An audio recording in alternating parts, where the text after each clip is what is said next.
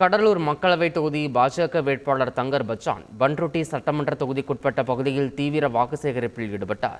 தேசிய ஜனநாயக கூட்டணி கட்சிகளின் நிர்வாகிகளுடன் ஆண்டிப்பாளையம், அண்ணா கிராமம், புதுப்பாளையம், குச்சிப்பாளையம், பட்டாம்பாக்கம், நெல்லிக்குப்பம் உள்ளிட்ட பல்வேறு பகுதிகளிலும் பரப்புரை மேற்கொண்டார். அப்போது பணிக்கு சென்ற பெண்களிடம் வாக்குறுதிகளை எடுத்து கூறி வாக்கு சேகரித்தார்.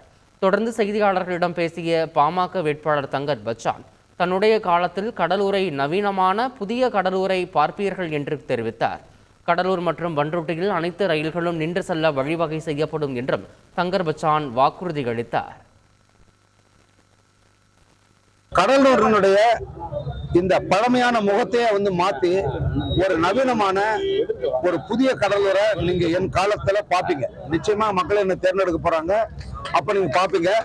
முதல்ல கடலூரினுடைய ரயில் நிலையத்தை மாத்தணும். ஏற்கனவே அது திருப்பாவூர் புலியூர்னு நானே இருக்கு. என்னடா திருப்பாப்புலியூர்ல நிக்கிறேன்னு, கடலூர் போயிடுச்சான்னு கேக்குறான். கடலூர் கூட திருப்பாப்புலியூர்னு போட்டுக்குங்க. அதை உடனடியாக அது மாற்றி செய்யப்படும்.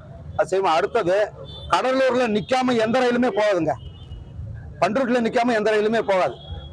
ஏன்னா முழுக்க வணிக மையம் இது. செய்திகளை உடனுக்குடன் தெரிந்து கொள்ள உடனே சப்ஸ்கிரைப் பண்ணுங்க.